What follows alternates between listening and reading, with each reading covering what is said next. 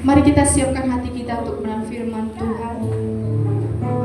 Kami mau katakan firman-Mu, itulah pelita kaki kami dan terang bagi jalan kami ya Tuhan. Kami siap mendengarkan sabda-Mu, berbicaralah bagi kami ya Tuhan.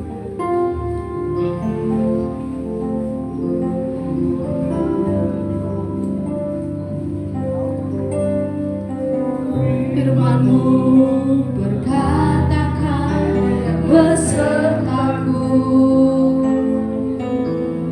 maka kuat roh dan jiwaku. Tangan-Mu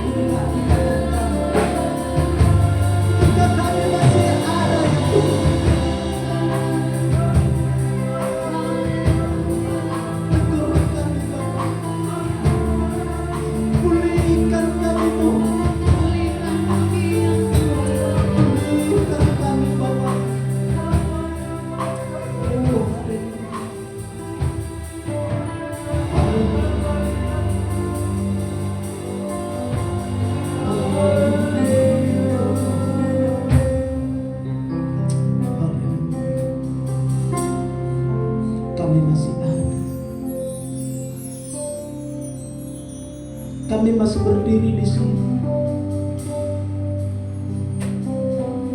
Ada yang Tuhan tunggu dari kami,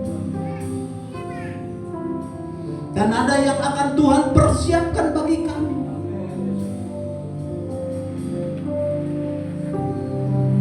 Hati kami gundah gulana, tubuh kami bergetar di saat kami mau menghadap tahta surga, menghadap Bapa yang luhur, yang tiada taranya. Terima kasih Tuhan, jika kami bersama dengan hamba-Mu, bersama umat-umat pilihan Tuhan, kiranya kesetiaan daripada-Mu ada bagi kami, sehingga kami tidak hanya datang beribadah, sehingga kami tidak hanya membutuhkan berkat, tetapi kami ikut juga ke tata surga yang Engkau sediakan. Di sana tempat kami yang terakhir, di sanalah kaplingan masa depan kami, di langit dan bumi yang baru yang Tuhan sediakan. Sebentar ya Bapa di surga, hamba-Mu mau mengutarakan isi hati-Mu. Hanya Engkau yang berkehendak, dan hanya Engkau yang berdaulat. Sembunyikan hamba-Mu Tuhan di bawah salib-Mu, sebab hamba-Mu ini adalah orang berdosa, orang yang tidak layak di hadapan-Mu. Terpujilah nama Bapa di surga, kami mengandalkan kebaikan Tuhan. Haleluya, haleluya, amin. Silakan Bapak Ibu untuk duduk kembali, mengambil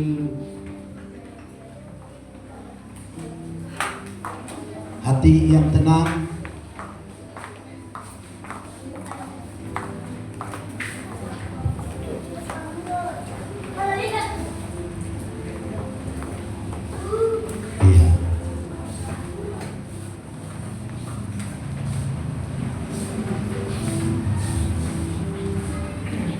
Shalom bagi kita semua. Shalom. Saya rasa hampir semua ya telah mengenal saya. Hampir 1 tahun saya beribadah di tempat ini, dan saya teringat di sekitar tahun 2017 kita bersama di tempat ini, dan hambanya Bapak David Jeremia membina saya dengan sangat baik selama beribadah di tempat ini, dan memberi teknik-teknik secara khusus ya bagaimana untuk berdiri sebagai hamba Tuhan. Dan yang pertama sekali tentu saya harus memperkenalkan diri, karena mungkin ada yang belum mengenal ya Bapak Ibu. Nama saya Ismail Nenggolan, nama Nabi. Tapi saya bukan Nabi Bapak Ibu. Saya hanya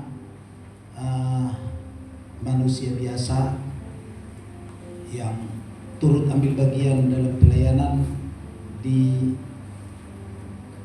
kita di GBG Home Spring yang ada di Raja Bejamu. Nah, jadi saya bersyukur kepada Bapak Pendeta Pak David sebagai senior saya yang memberi kesempatan di tempat ini untuk boleh berdiri di hadapan saudara. Saya pun sebenarnya heran Sebab saya bukan pandai khotbah, Bapak Ibu. Lihat aja nanti. Mungkin ya belum ada yang mendengar saya di sini, tapi mungkin bisa dengar-dengaran dari jemaat yang saya layani di sana. Saya nggak pandai berkhotbah. Ya cuma kasih karunia aja. Dan lagi pula, seandainya saya berkhotbah, ya mungkin saya tidak akan ditempatkan Tuhan di tempat yang sepi seperti itu.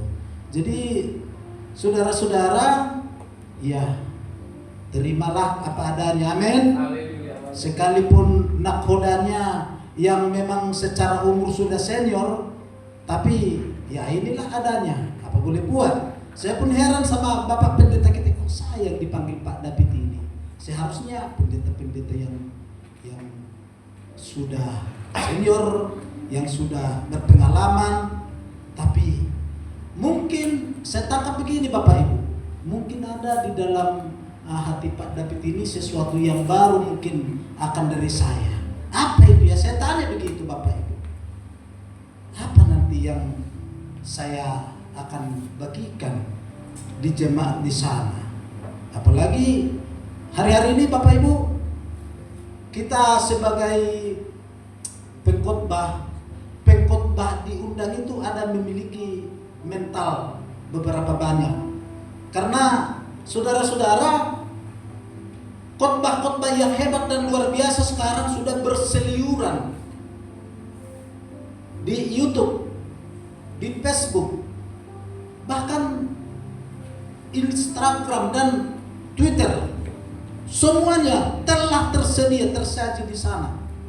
Tetapi saya yakin dan percaya bahwa penggembalaan adalah sesuatu yang tidak mudah ditemukan. Amin. Di kantor pusat BPP, keselamatan kekal.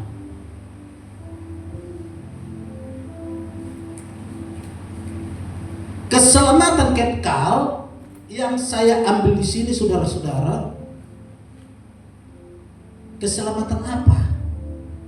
Jangan-jangan yang kita lakukan adalah keselamatan yang hanya sekedar, atau jangan-jangan kita suatu saat nanti tergusur.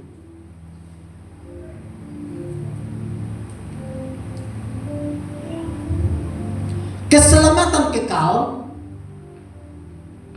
sesuatu yang harus dimasukkan ke nalar kita, harus dimasukkan kepada kerangka berpikir. Bagaimana sebenarnya keselamatan kekal itu dan apa makna daripada keselamatan itu? Di sana di 1 Korintus 8 ayat 2, jika ada seorang menyangka bahwa ia mempunyai sesuatu pengetahuan, maka ia belum juga mencapai pengetahuan sebagaimana harus dicapainya. Maka anak Tuhan atau gereja Tuhan jelas-jelas tidak bisa bodoh, tidak bisa tidak pintar, dan tidak bisa tidak cerdas. Coba lihat itu, 5 perempuan yang bodoh dan 5 perempuan yang bijaksana. Dikatakan di sana jelas bahwa perempuan bodoh itu bagaimana Bapak Ibu? Tertinggal. Hanya gara-gara minyak saja. Selama ini dia sudah mengikut Tuhan dengan baik, dia sudah mengikut Tuhannya dengan baik, dia sudah bekerja, sudah berbuat, sudah, tetapi dia tidak mencapai rata-rata. Dia akhirnya tertinggal. Jadi kerangka berpikir di dalam gereja harus ada. Ada amin? Kerangka berpikir ini menentukan cara sikap kita. Kerangka berpikir ini menentukan cara bertindak daripada Anda duduk di bangku ini.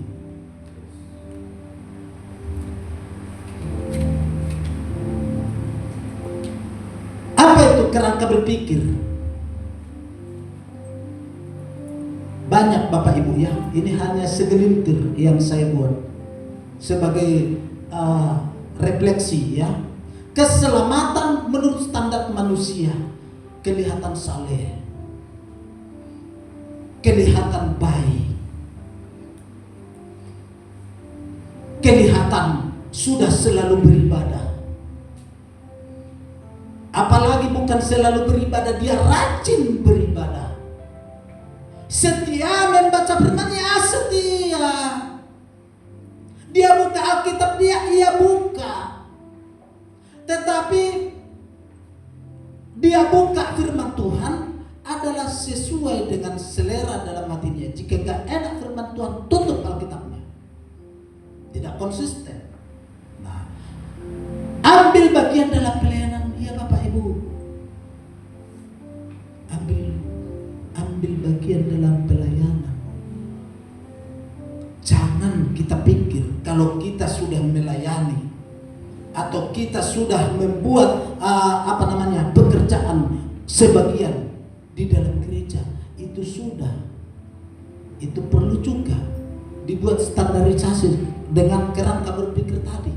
Bagaimana supaya kita, ibadah kita harus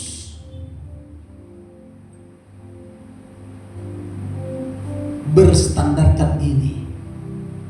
Bukan berstandarkan menurut standar manusia dan bukan menurut standar perasaan diri sendiri. Oh no. Tidak. Berpatokan kepada Alkitab kita. Ada amin? Amin. Ada amin? Amin. Atau ada yang bingung sih nggak apa-apa. Dan saya hanya bertaruh harap kepada Roh Kudus nanti menerangkan di hati orang Bapak Ibu. Nah, keselamatan menurut standar manusia, rope ho tu gerejon holat di bagas saroham domandong roh tu gereja. Mana tahu nanti ada urusanku, Pak Pendeta kami melayani kami. Ada. Tetapi belum tentu juga akan mengikuti, karena ada nanti buktinya Bapak Ibu, ada buktinya. Nanti mau kita lihat di akhir daripada kerangka berpikir menurut standar daripada Tuhan. Ini juga banyak standar, banyak yang harus kita pelajari, banyak yang harus kita timbang. Apa maunya Tuhan dari kita? Tetapi keselamatan adalah anugerah dari Tuhan, Bapak Ibu. Engkau tadi memasak nasi, lalu makan bersama, lalu bisa datang ke gereja. Banyak orang Kristen dewasa yang mengatakan dia atas prestasi. Akhirnya banyak suami membentak istrinya, pergi masak kau, katanya. Padahal gak tahu istrinya lagi sakit, lagi gak enak badan. Demikian juga terbalik, saudara-saudara. Maka keselamatan itu adalah anugerah dari Tuhan. Bisa kita masak tadi atau bisa kita datang beribadah tadi, sebenarnya itu adalah anugerah Tuhan, karena Tuhan telah memilih kita menjadi pengikutnya. Nah, sehingga kita harus sadari itu. Kita masukkan ke kerangka berpikir, oh, berarti saya datang beribadah hari ini karena ada kesempatan, sehingga saya akan beribadah hari ini betul-betul untuk menyenangkan hati Tuhan. Dan saya akan berkata, Bapa, kuserahkan hidupku kepadamu hari ini. Selanjutnya, keselamatan tidak pada semua orang. Bapak Ibu, banyak orang yang sekarang bersusah payah mencari keselamatan yang kita punya ini, tetapi tidak mendapatkannya. Banyak orang yang menjual hartanya, dan banyak orang yang mengejar kemana-mana, bahkan sampai mereka melakukan pertengkaran. Contohnya siapa? Contohnya Paulus. Dia mau menyenangkan hati Tuhan, tetapi membantai daripada umat-umat lain. Itu pun tidak baik. Dia bantai. Mereka pikir mereka telah menaikkan ibadahnya kepada Tuhan. Paulus seperti itu, dan kru-krunya, saudara-saudara, bahkan Farisi semuanya, Saduki semuanya membantai pengikut daripada Yesus. Karena mereka mengatakan mereka telah menjalankan ibadahnya kepada Tuhan. Maka keselamatan tidak pada semua orang, termasuk mereka tidak selamat. Kecuali Paulus yang sudah memang benar-benar bertobat, menundukkan kepalanya di bawah kaki Tuhan. Keselamatan mutlak milik Tuhan, Bapak Ibu. Tidak milik kita. Adapun kau tolong saudaramu di jalan, ada terjatuh di jalan, lalu kau tolong, lalu kau katakan, kalau bukan aku, engkau tidak selamat. Kalau bukan aku, keluargamu tidak akan makan. Wow.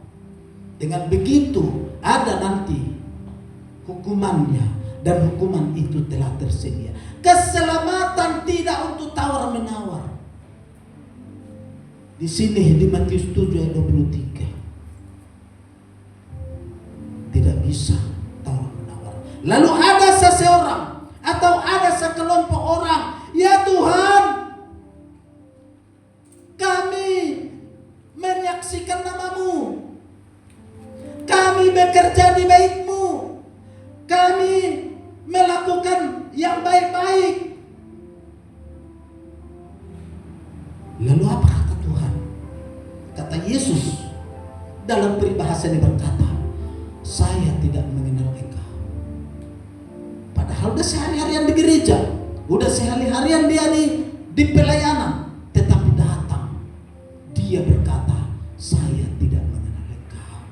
Keselamatan nilainya paling tinggi, saudara-saudara. Di dalam Amsal 23 ayat 23 dikatakan, belilah kebenaran itu dan jangan menjualnya, dan carilah hikmat itu.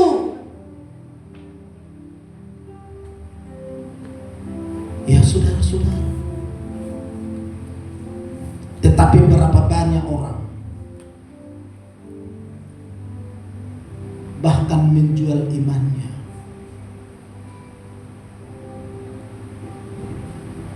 hanya untuk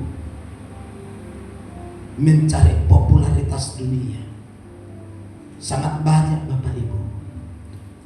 Ya, itu semua adalah tersesat.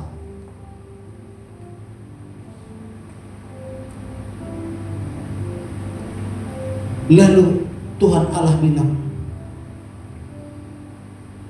hai engkau orang-orang Farisi, hai engkau orang-orang Saduki, saya akan turun, saya akan datang menghampiri umatku.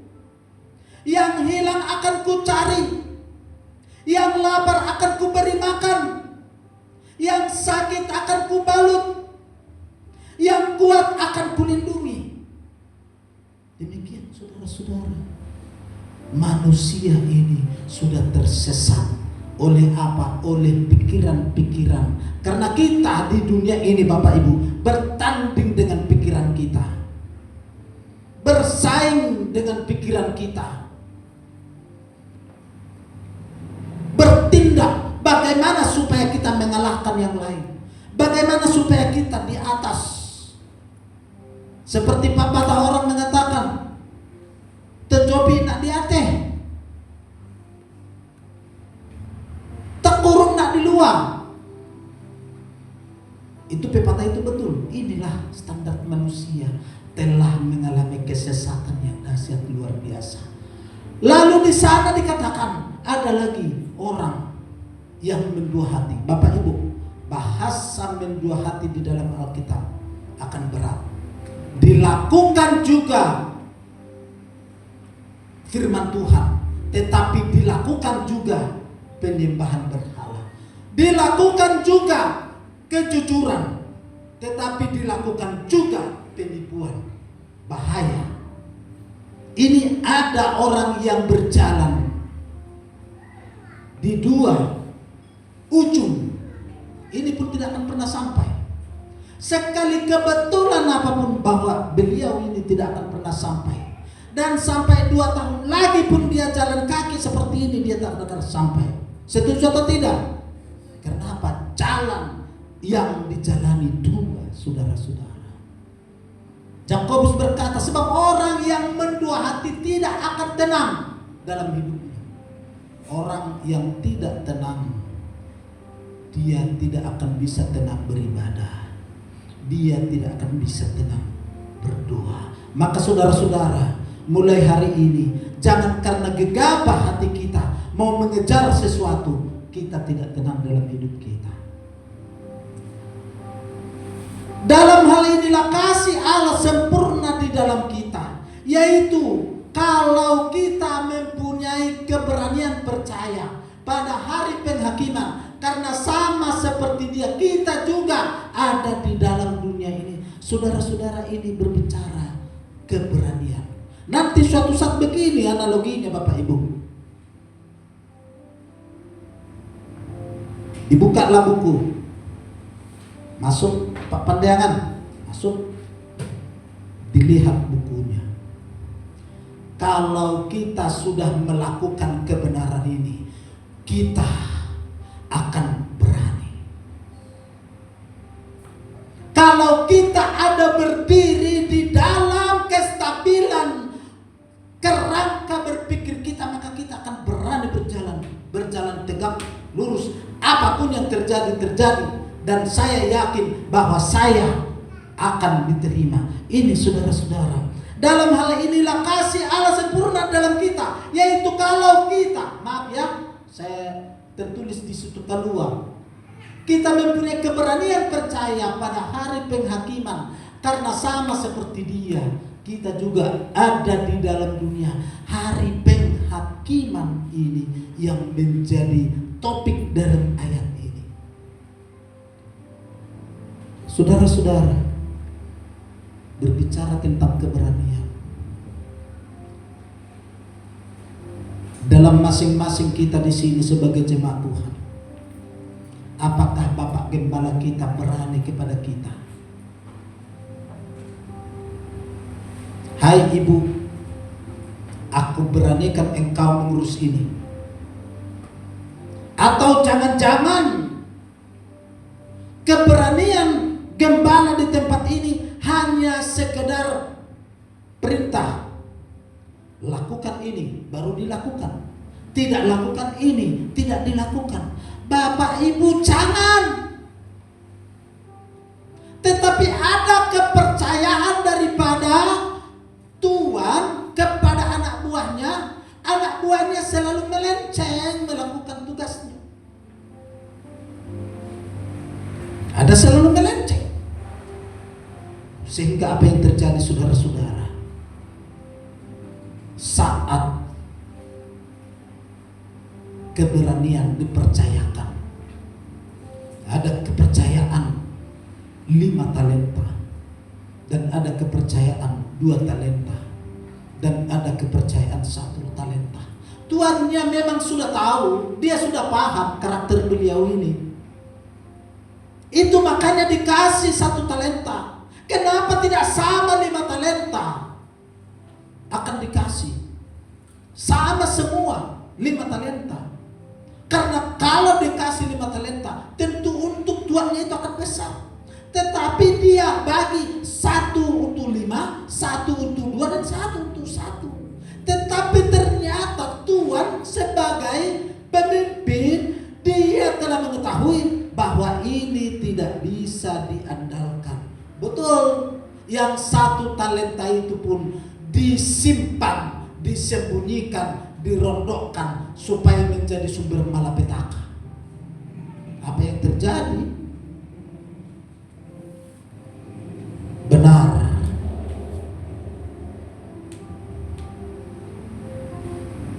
Maka harus berani.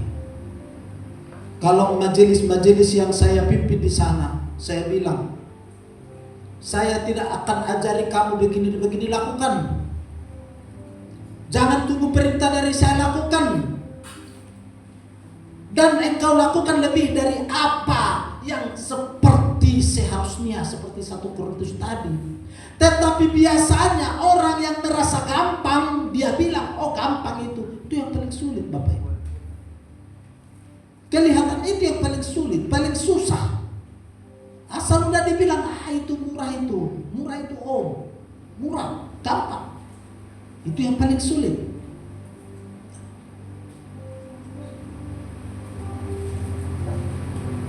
Maka saudara-saudara, setelah itu fase-fase itu tadi lewat, datanglah juru selamat. Datanglah Allah Bapa turun ke bumi untuk menghampiri umatnya. Karena apa? Tak ada lagi kebenaran. Tak ada lagi kebenaran, Bapak Ibu. Sudah sirna kebenaran yang diajarkan oleh Yesus, yang diciptakan oleh Tuhan. Sudah sirna, sudah tinggal tunggul-tunggul yang kering, hampir punah semua. Sehingga dia datang menyelamatkan. Seperti muridnya Yesus, yaitu Petrus pun sudah murid daripada Yesus. Dia pun ikut hampir tenggelam dan dia diselamatkan. Saudara-saudara yang dikasihi Tuhan, Matius 7:21, bukan setiap orang yang berseru kepadaku, Tuhan, Tuhan, akan masuk ke dalam kerajaan surga, melainkan dia yang melakukan kehendak Bapakku yang di surga. Haleluya. Haleluya Bapak Ibu. Apakah jemaat di sini bersatu padu dengan Bapak Gembala kita? Haleluya. Apakah merekatkan tangan satu sama lain untuk visi? Karena tujuan daripada keselamatan kekal ada di sini. Melewati dengan gagah berani, berhadapan dengan pintu, sehingga mereka ada di tempat yang damai, surga.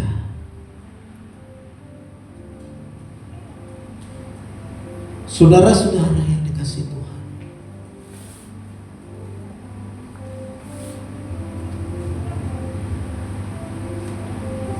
mari kita buktikan apakah saya dengan Bapak Ibu adalah hanya di seremonial, dan apakah kita buktikan lewat Lukas 14 ayat 15 sampai 23. Boleh media kita biar sama-sama kita. Haleluya. Ini buktinya. Maka kita, saya bergereja kok, aman lah itu. Oh, saya begini kok, santai saja.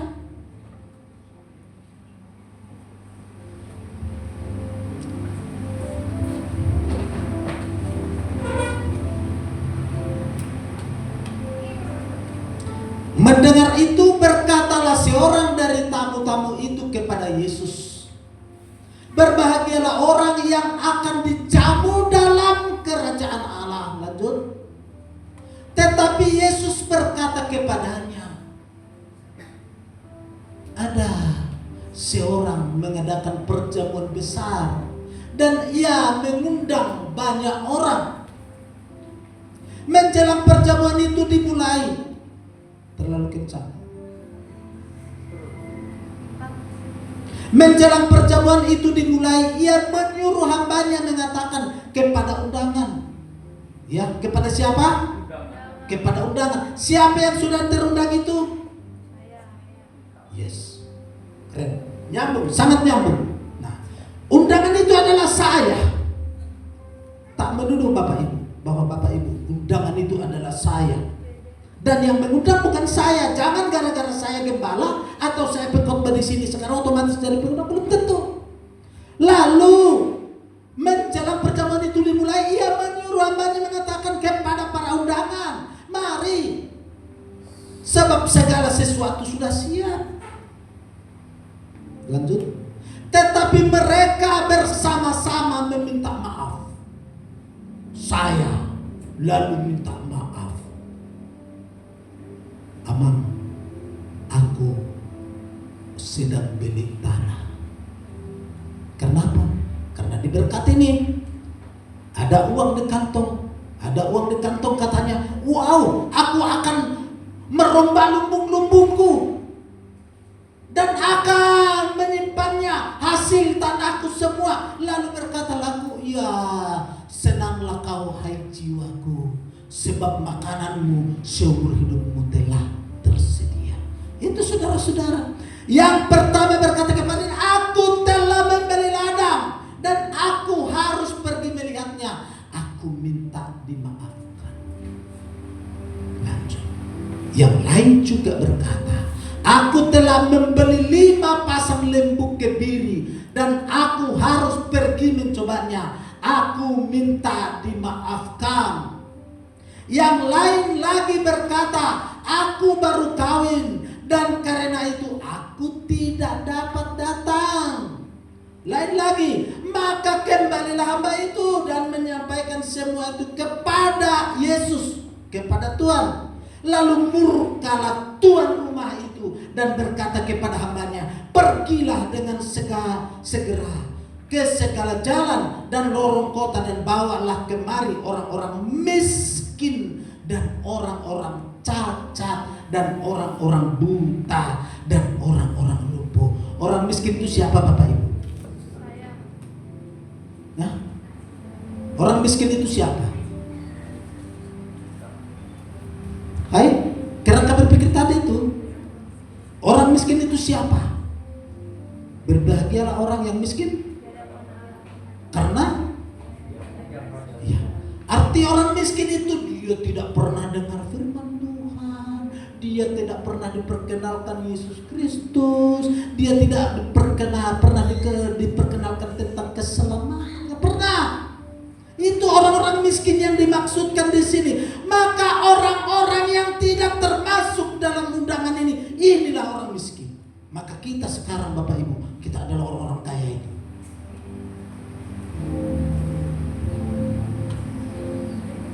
Kita orang-orang hebat itu. Karena apa? Kita merasa dekat dengan Yesus. Ya, keselamatan itu anugerah memang kepada kita, tetapi keselamatan itu harus engkau kerjakan. Nggak bisa gitu-gitu aja.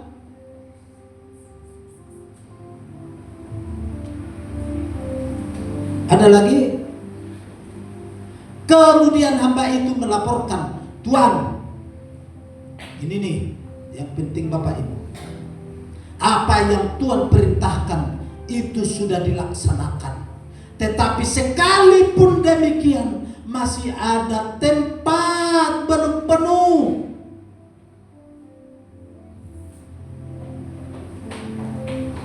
Perjamuan itu belum penuh.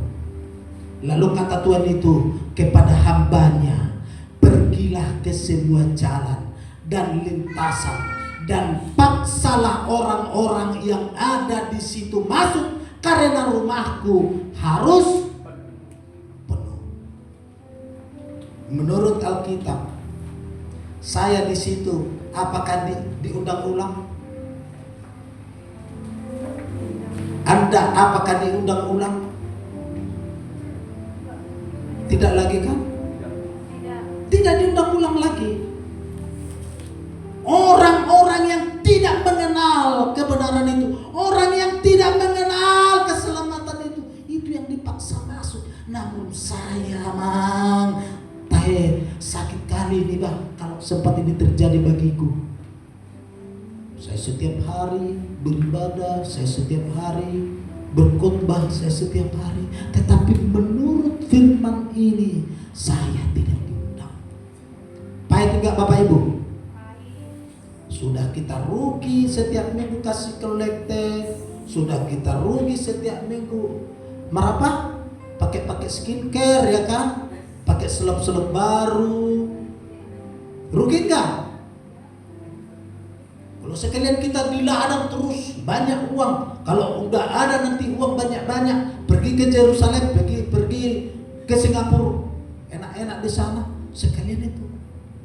Daripada seperti ini kita sudah masuk undangan tetapi kita. Tapi mau saya bilang Bapak Ibu, bukan semua undangan itu tidak menerima undangan itu. Amin. Tidak semua yang diundang itu bilang seperti itu.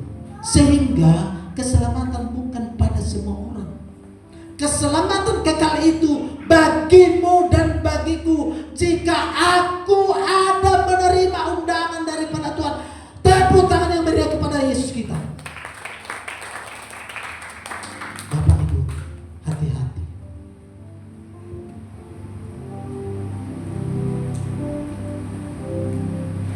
Jika engkau mengerjakan pekerjaan, kerjakan dengan sungguh-sungguh. Jika engkau melayani, layani Tuhan dengan sungguh-sungguh.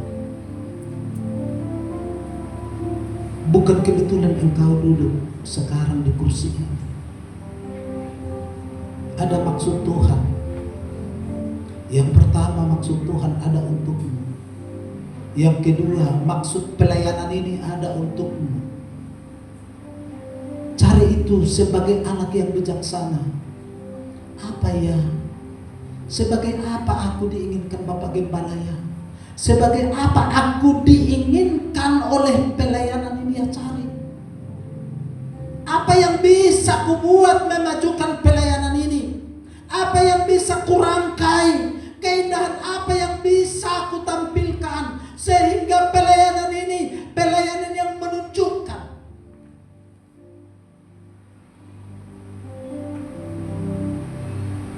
Apalagi tuhalak Batak, akamang akainum, unak ko mangarsaki.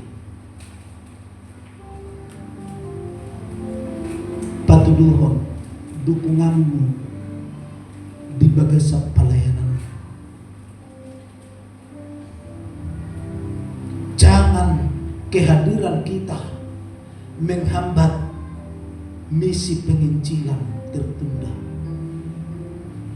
Ada pernah saya lihat saudara-saudara disalam, dilewatkan.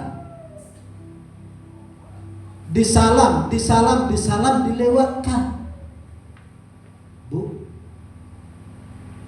kenapa kau lewatkan ibu ini? Pahit apa? Pahit. Tak teruskan, memang aku gak dendam, tapi pahit gak bisa kulupakan. Ada enggak di tempat ini? Ada? Ada di dalam pelayanan ini asli belum pernah salaman? Ada? Bisa dikasih tahu ciri-cirinya? Anak muda ada kira-kira yang tidak salaman satu sama lain? Terpaksalah mereka duduk satu bangku, satu baris gini kan? Terpaksalah dia, karena terpaksa tak ada lagi tempat duduk yang lain. Lalu terus sampai selesai ibadah menderita. Karena apa? Supaya pandangannya tidak jumpa dengan kawan setirun ini. Salam kiri kananmu, kata Wen. Ada? Gak ada Bang ya. Bapak Gembala kita menyaksikan gak ada.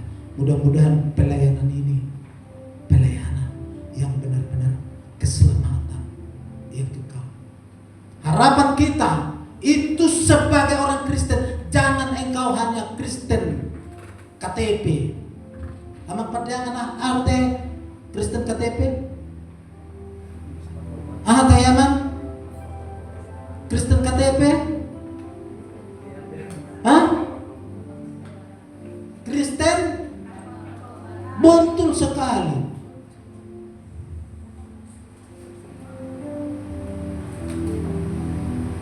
Di akhir khotbah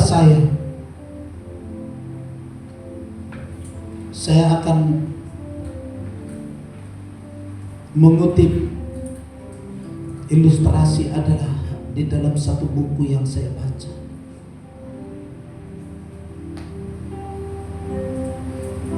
Dua orang malaikat telah berjalan-jalan di padang gurun.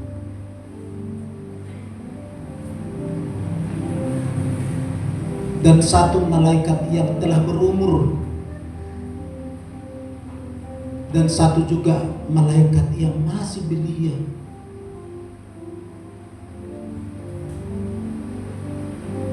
Lalu mereka dengan capek berjalan. Malaikat yang tua mengatakan, carilah tempat penginapan bagi kita, anakku, katanya.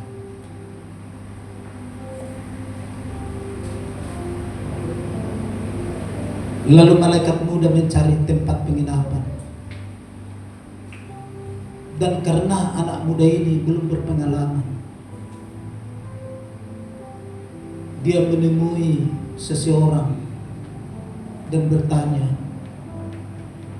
bolehkah kami menginap di rumah Tuan barang satu malam saja, sehingga besok pagi kami akan melanjutkan perjalanan.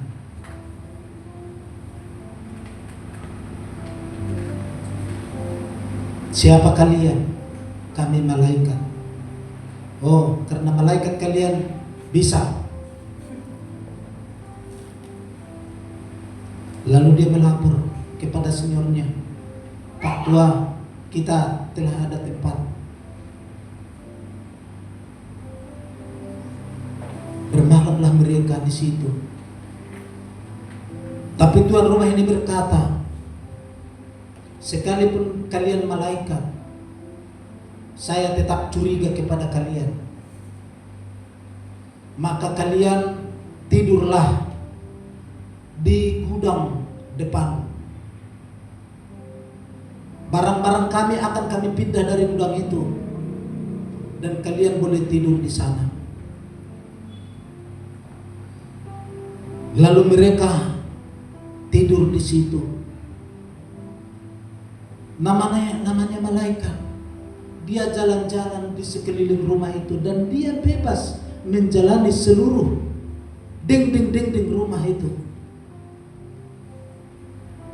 Dia jalani. Setelah dia jalani, oh, banyak harta orang ini. Rumahnya pun sudah bagus, sudah bertingkat 2. Tetapi beginilah engkau menyambut tamu.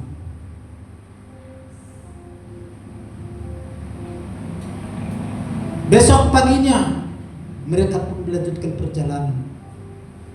Setelah mereka lelah, lalu malaikat tua juga berkata kepada yang muda, anak muda, cari penginapan, kita sudah seharian mengembara.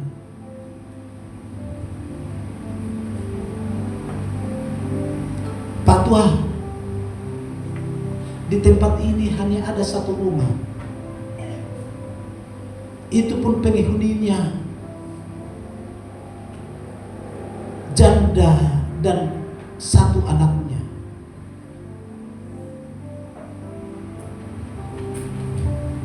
Bolehkah kita menginap di situ? Kita tidak memilih penginapan. Siapa yang menerima kita? Itulah penginapan kita. Lalu mereka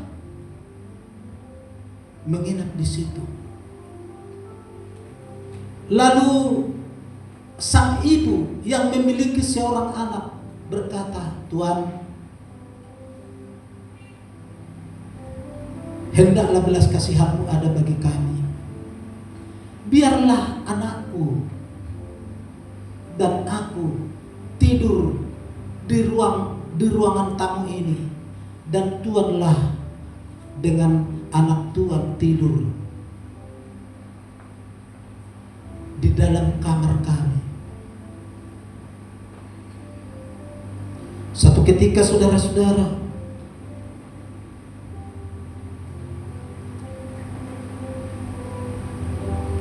anak muda ini heran.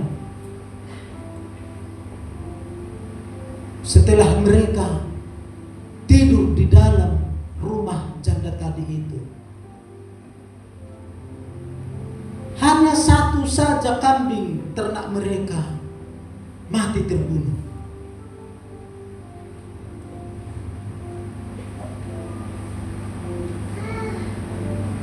Tua,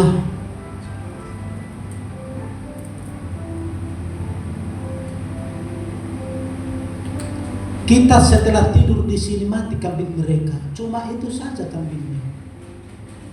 Apakah Pak Tua tak bisa selamatkan itu? Tetapi kita di rumah orang sombong itu menginap. Pak Tua lem rumahnya semua. Pak Tua plester rumahnya jadi bagus. Oh, kau belum berpengalaman, nakku.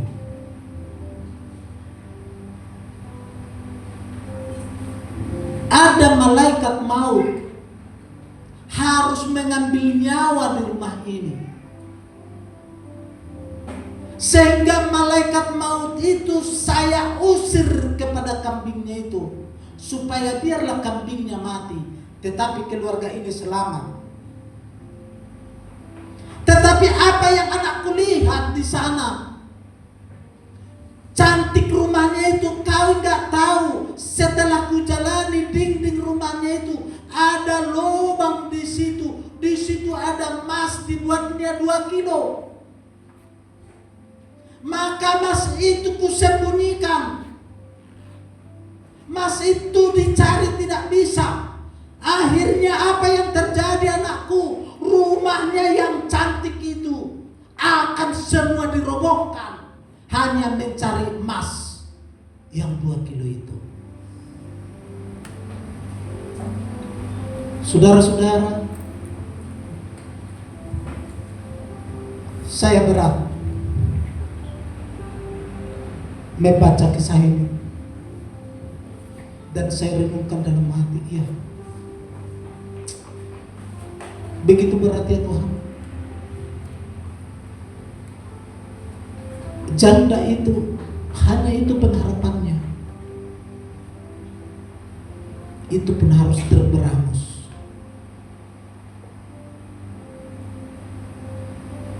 Kalau orang kaya tadi, sekalipun dirobohkan rumahnya, masih banyak yang lain pengharapannya.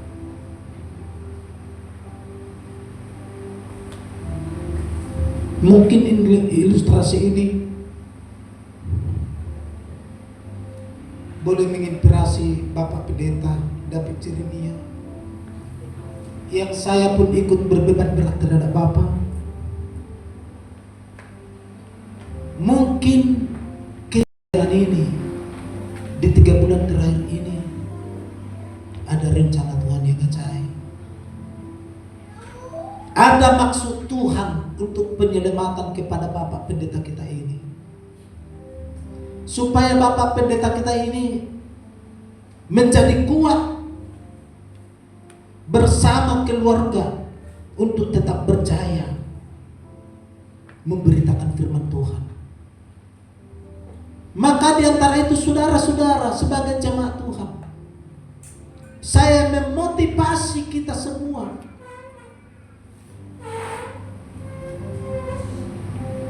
supaya rapatkan barisan. Saya melihat tidak akan lama lagi kursi-kursinya akan terisi kembali. Amin. Tepuk tangan buat Tuhan. Apa yang sudah pergi, jangan engkau paksa harus kembali. Sekalipun berharap, tetapi Tuhan akan campur tangan, akan melihat. Dan juga saya memohon kepada kita semua, doakan juga pelayanan kami di Raja Pejabat, supaya pelayanan kami juga di sana bisa pelayanan yang takut. Dan memang saya mau katakan, ya Tuhan, saya berdoa kepadamu, bukan supaya penuh tempat ini oleh wajah-wajah manusia, tetapi saya berdoa kepadamu, setiap hari ada yang bertobat secara khusus kepada Tuhan. Ada yang benar-benar menundukkan dan membukti kasih bahwa setiap hari ada menunjukkan ketaatan. Jadi kami di sana mengutamakan ketaatan Bapak Ibu, bukan mengutamakan bagaimana. Dan kalau jemaat kita berdoa, syafaat berdoa, Tuhan kirimkan jiwa-jiwa. Selalu itu berdoa syafaat dengan hati yang rindu, dengan hati yang bergemetar. Rindukan jiwa-jiwa, kursi ini harus terisi. Tetapi kalau saya berdoa kepada Tuhan, berikan hati yang taat kepada jemaat ini. Hati yang hidup kepada mereka sehingga mereka menjadi milik Tuhan. Amin. Ini saudara-saudara, kerinduan kita. Dan saya akan sudahi ibadah kita Bapak Ibu, dan kita bangkit berdiri.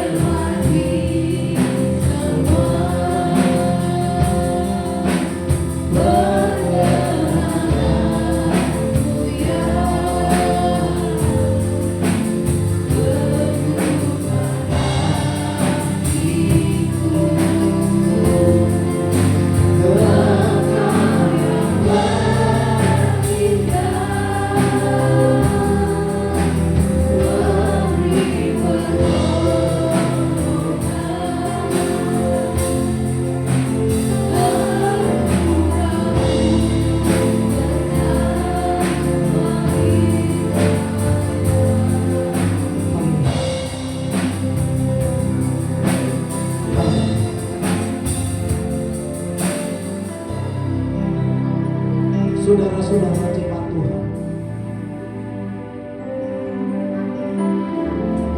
letakkan tangan kananmu di dalam dadamu.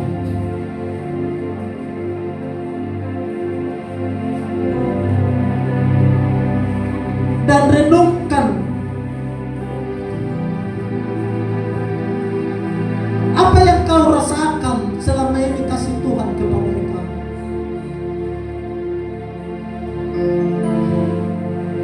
Dan tanya kepada dirimu,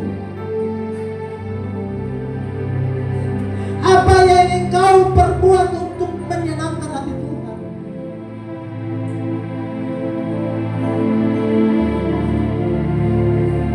Apa juga yang sedang engkau perbuat menyenangkan pelayanan ini?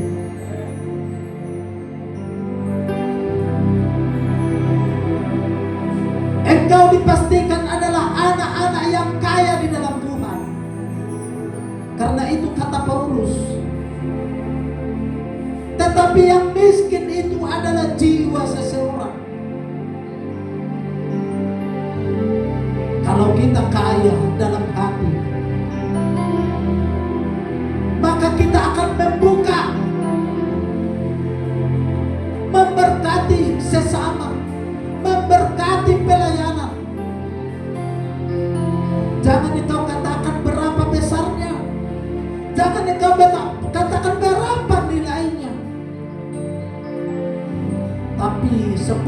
janda sampan. Dia hanya menjatuhkan perak-perak dari perbendaharaan yang ada padanya, tetapi dia jatuhkan dengan hati yang tulus ikhlas. Sampai bertahun-tahun Elia bisa makan dan minum, karena janda sampan itu memberkati.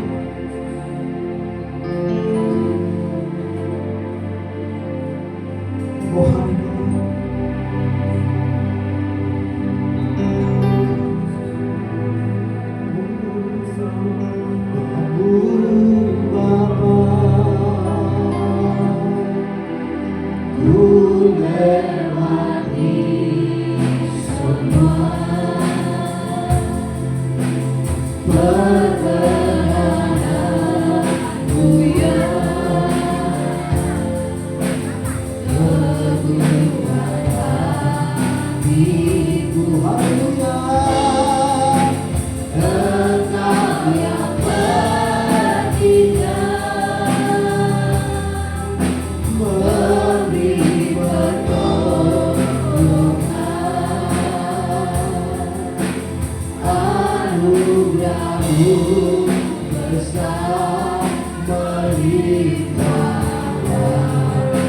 Katakan anugerahmu besar, anugerahmu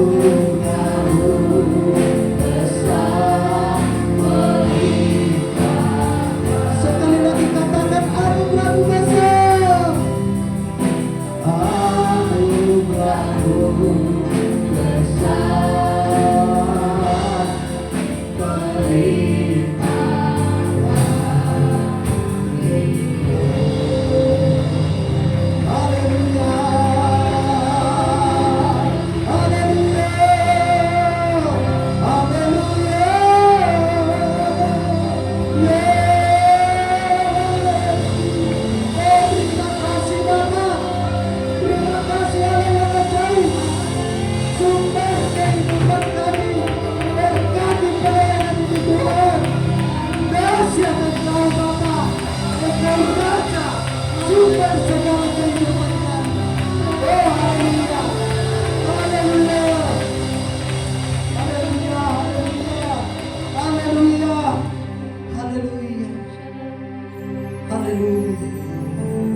Oh terima kasih Tuhan.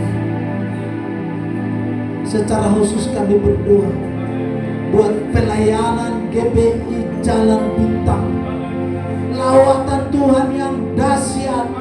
Pelayanan ini akan menunjukkan ketaatan, kesatuan hati di tempat ini, sehingga kami tidak perlu curiga satu sama lain, tetapi kami saling memberkati, bukan saling membelakangi.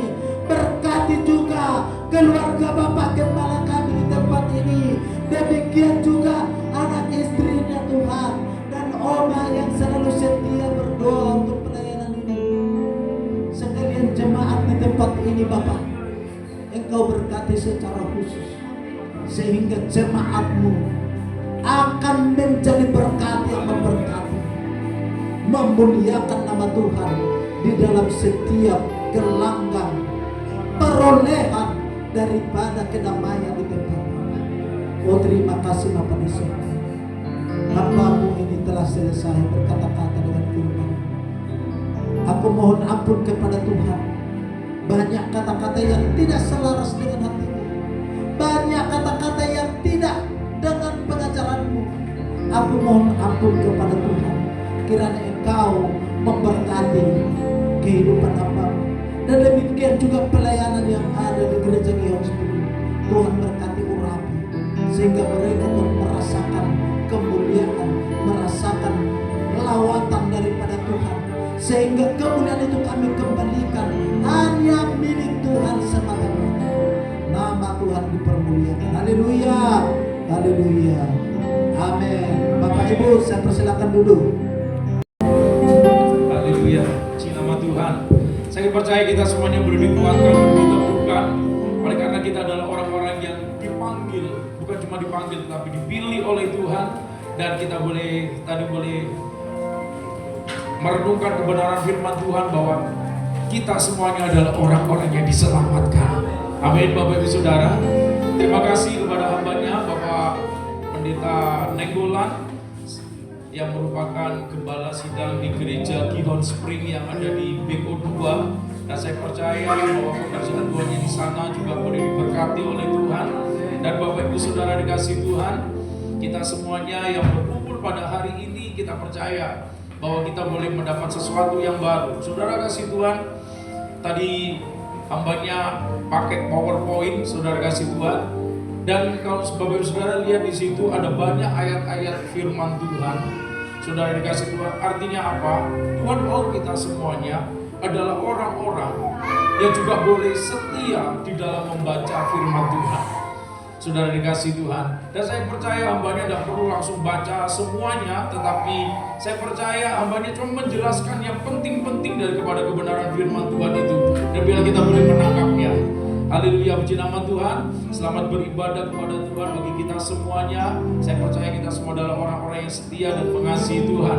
Kita akan mendengarkan pengumuman yang pertama, Bapak Ibu Saudara. Hari Rabu ada menara doa di tempat ini pukul 6 sore. Semua kita pelayan-pelayan dan saudara dikasih Tuhan, saya melihat ketika kita bersama-sama kita membangun menara doa, saudara kasih Tuhan. Dan di menara doa itu, Bapak Ibu, ketika kita berdoa, saya percaya Bapak Ibu Saudara dan saya merasakan lawatan Tuhan, merasakan hadirat Tuhan, dan juga bukan cuma kita, saudara dikasih Tuhan. Bapak Ibu Saudara, ada banyak orang juga dia WA kepada saya secara pribadi. Saudara, dia merasakan seperti ini, betul Pak. Kok tiba-tiba kami ikut menangis juga, merasakan kasih Tuhan dan lawatan Tuhan. Dia bilang begitu, saudara dikasih Tuhan. Kenapa? Karena dia tidak sedang melihat kita sedang memuji dan menyembah, tapi mereka juga turut menyembah Tuhan. Saudara kasih Tuhan.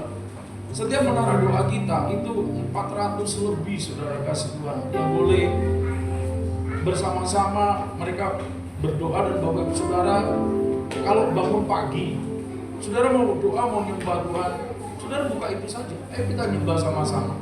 Kadang-kadang saya juga menyembah bersama dengan Bapak Ibu Saudara yang ada di menara doa bersama dengan kita yang waktu hari Rabu kita berdoa, saudara Tuhan, sehingga saya juga merasakan kasih Tuhan dan merasakan hadirat Tuhan dan lawatan Tuhan. Hari Jumat, saudara, kita ibadah FA atau ibadah rumah tangga atau ibadah kul di keluarga Ibu Situmorang pukul 7 malam di daerah Pusara, ya. Pusara, betul itu ya? Bukan, di sini saudara, sebelum jalan apa itu? Iya.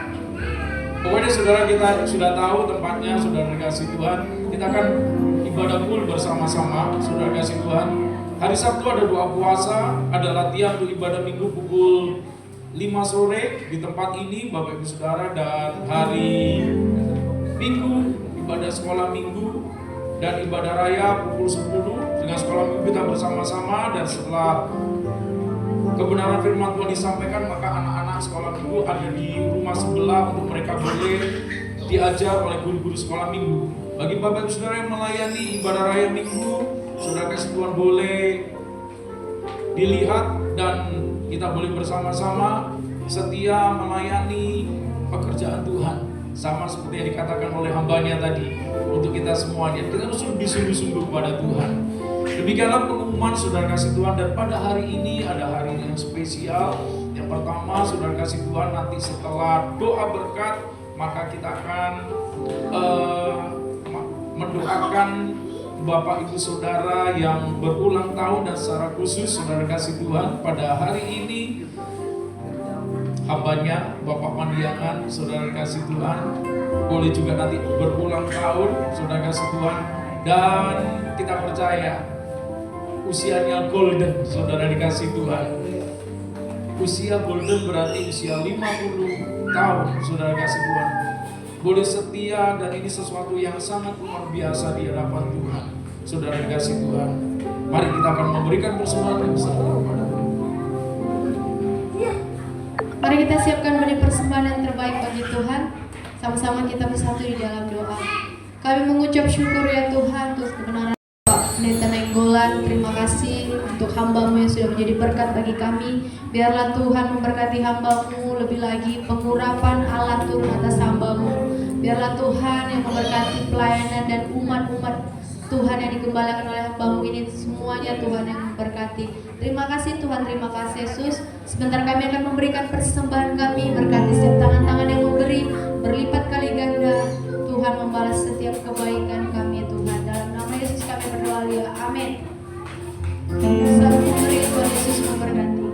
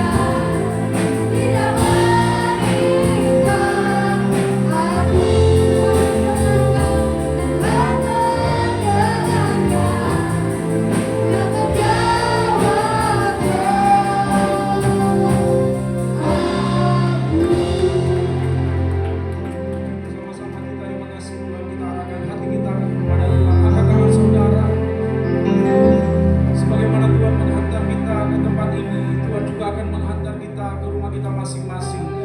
Jadilah orang-orang yang Tuhan selamatkan. Tuhan memberkati engkau dan melindungi engkau. Tuhan menyinari engkau dengan wajahnya dan memberi engkau kasih karunia. Tuhan menghadapkan wajahnya kepadamu dan memberi engkau damai sejahtera. Kiranya berkat rahmat daripada Allah Bapa di surga, kasih karunia dalam anaknya yang tunggal Yesus Kristus, dan persekutuan bersama dengan Roh Kudus menyertai kita semuanya dari sekarang sampai Maranatha. Tuhan menjemput